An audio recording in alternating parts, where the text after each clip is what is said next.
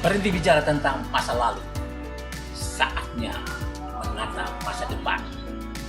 Bersama Ishak Rafiq, Direktur Eksekutif Masa Depan Institut.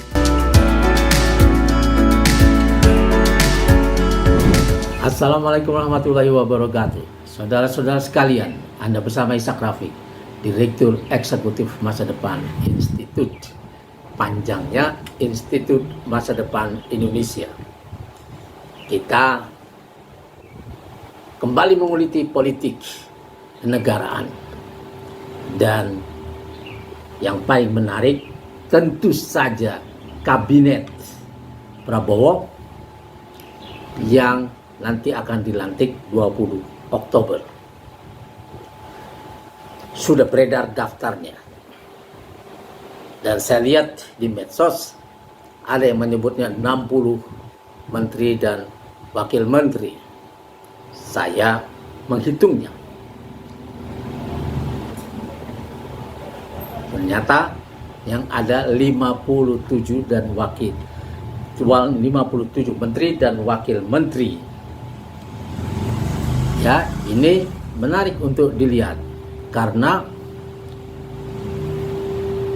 kabinet ini menjadi sangat gemuk, gemoy kata orang. Ya, ada 37 menteri dan 21 wakil menteri. Menurut saya, dari ilmu yang saya pelajari di Belanda, ilmu saya itu bagaimana, ya spesialisasi saya adalah bagaimana membangun negara yang enak ditempati untuk semua, ya aman, nyaman, dan makmur buat semua. Bukan memilih-milih siapa yang mesti dimakmurkan dan siapa yang mesti dirampas hak-haknya. Tidak begitu mengurus negara. Tapi kita sudah melihat 10 tahun keadaan yang sangat tidak menyenangkan buat rakyat secara umum. Tapi ada sebagian yang mendapatkan kenikmatan luar biasa, fasilitas, dan segalanya. Nah, dari 57 menteri ini, kalau ditambah dengan lembaga-lembaga lain yang juga penting seperti KSP, kemudian Kepala BIN, dan yang semacam itu, tambah 5 lagi. Artinya dari 57 tambah 5 menjadi sekitar 63. Bila ditambah dengan presidennya dan wapresnya, maka akan ada 65 orang yang akan mengurusi kepentingan bangsa ini dalam 5 tahun ke depan. Tentu kita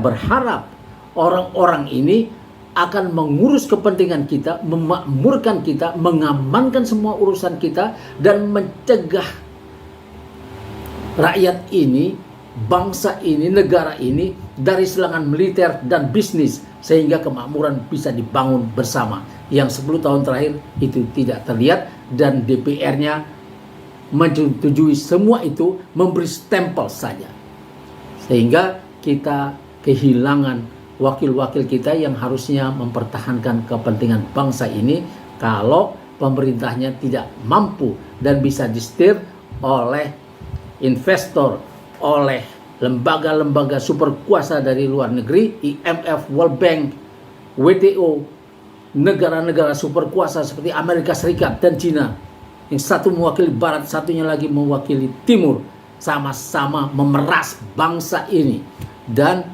diberi peluang yang sangat besar untuk makmur dari tanah-tanah kita. Nah, ini dari 57 menteri ini, ya, yang 37-nya menteri dan 21-nya itu ada wakil menteri.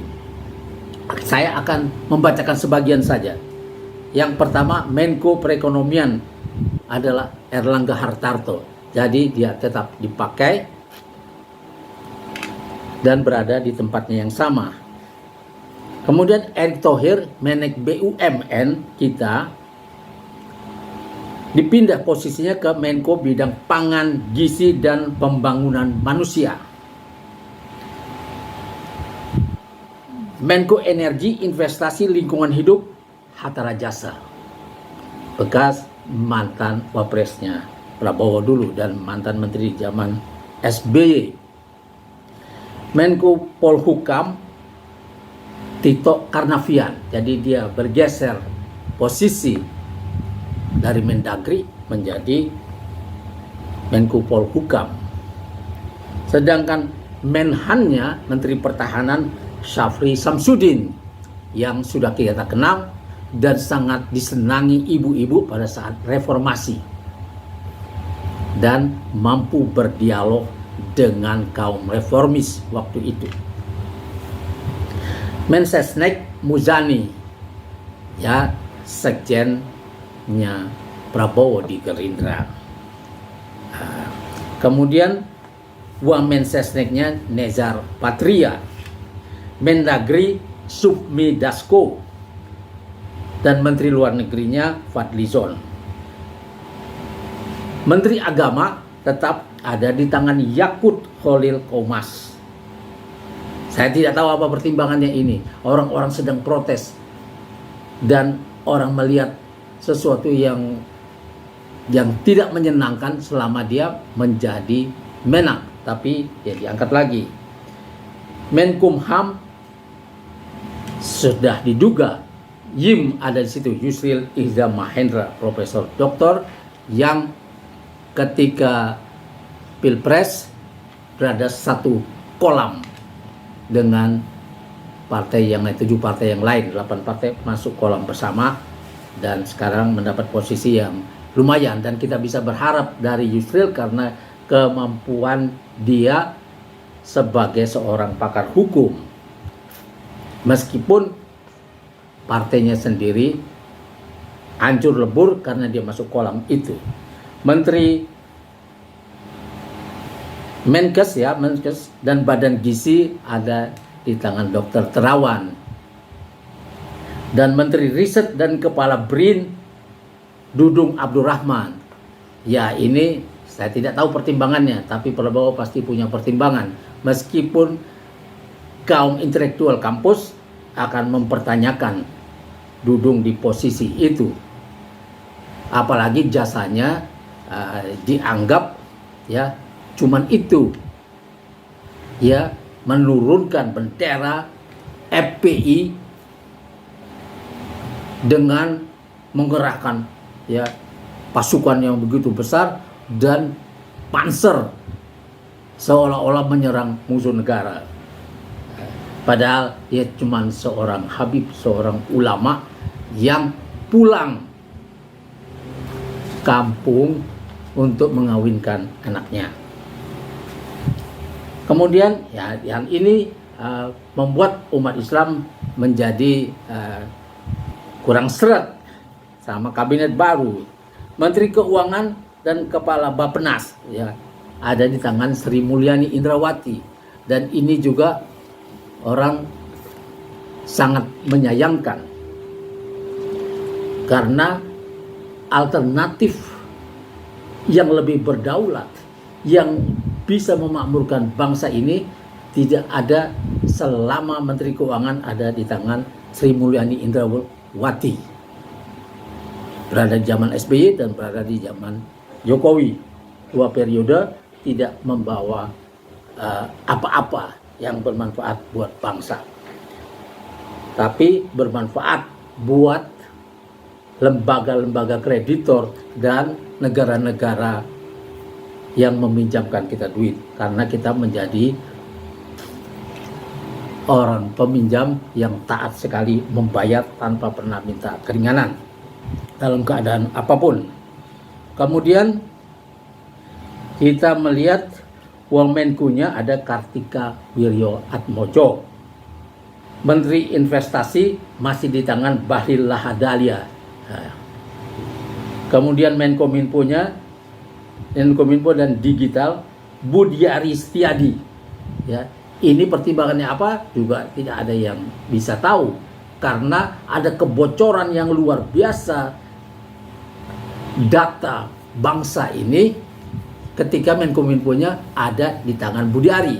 Mestinya ada pertanggungjawaban dulu di situ, dan Mendaknya Zulkifli Hasan.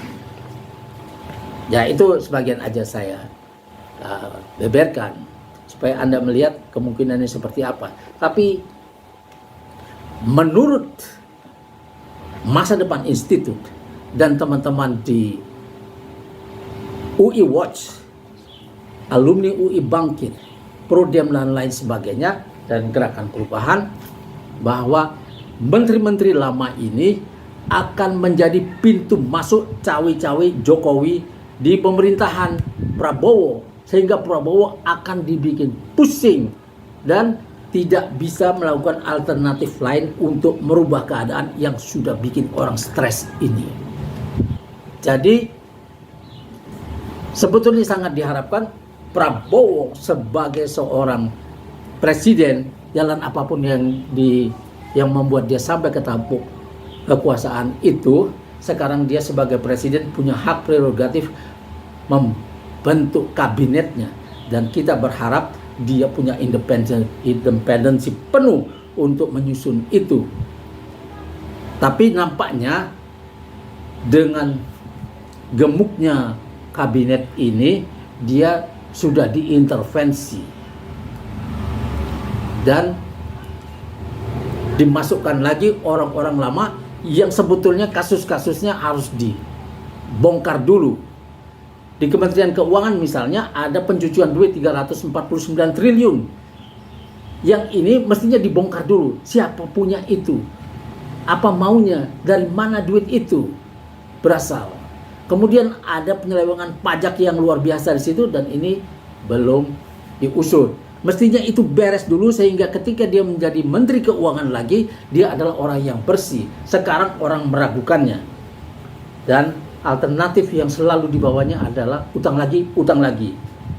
Dan tidak pernah berani berhadapan dengan dunia luar, dengan investor, dengan lembaga-lembaga superkuasa dan negara-negara superkuasa untuk meminta bagian lebih dari SDA kita. Kalau dia memang dihormati di Amerika, maka dia harus bisa melakukan itu buat bangsa. Kemudian ada Erick Thohir yang pernah berbisnis di wilayah kewenangannya, yaitu PCR bersama Luhut Binsar Panjaitan, dan menggangsir duit, dianggap ya, menggangsir duit Telkomsel yang diarahkan untuk membeli saham GoTo, dan kemudian saham GoTo itu terus melorot harganya sehingga negara dirugikan 3,2 triliun, sedangkan negara yang dirugikan 3,2 triliun itu menjadi keuntungan buat GoTo, di mana kakaknya Garibaldi Boy Thohir ada di situ. Dan ini mestinya diusut dulu sampai habis, apalagi kondisi BUMN kata Sri Mulyani Indrawati 68% dalam kondisi hampir bangkrut. Ini diusut habis-habisan dulu, baru kalau memang bersih, tidak terlibat dan tidak membangkrutkan negara. Sebab kalau kerugiannya seperti itu, seperti dirampok. Ya, kemudian ada 271 triliun korupsi di PT Timah, yang setelah dihitung-hitung bisa sampai 300 triliun karena bermain mata menjadi penada penambang-penambang, produksi penambang-penambang ilegal. Nah, ini harus diusut dulu. Erick Thohir tidak boleh lepas dari ini. Sedangkan Menko Polhukam Tito Karnavian, nah ini orang juga menganggap berbahaya karena masuknya tenaga-tenaga kerja asing itu sebetulnya dalam pantauan Menteri Dalam Negeri, Mendagri, tapi Tito tidak melakukan apa-apa di situ sehingga orang menganggapnya dia terlibat dalam urusan itu. Di samping katanya Luhut Binsar Panjaitan yang punya gawe paling top yang memimpin itu. Kemudian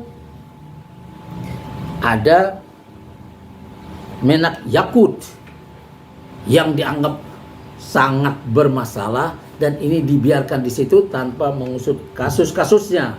Urusan haji yang amburadul yang merugikan jamaah haji kita. pengelolaan dana haji harus menjadi bagian yang harus diusut lebih dulu. Kemudian Kepala Menteri Riset dan Kepala BRIN Dudung Abdurrahman yang dianggap sangat tidak menyenangkan buat umat ini, dan untuk apa dipasang di posisi itu, karena posisi ini memerlukan orang perguruan tinggi, orang riset yang memang jagoan di bidang itu, bukan orang yang membawa senjata atau membawa tank untuk menurunkan sebuah bendera FPI saja. Bukan itu yang diperlukan di posisi tersebut. Sedangkan Menteri Investasinya Bahlil Lahadalia itu sudah diprotes banyak orang karena pernah menjanjikan dalam 1 bulan Rempang akan kosong. Orang yang memusuhi rakyatnya sendiri ini mestinya tidak dipasang lagi, tapi sekarang dipasang. Mungkin ada pertimbangan-pertimbangan yang perlu dijelaskan di sini. Nah, saudara-saudara sekalian, kita akan lanjutkan lain kali. Wassalamualaikum warahmatullahi wabarakatuh.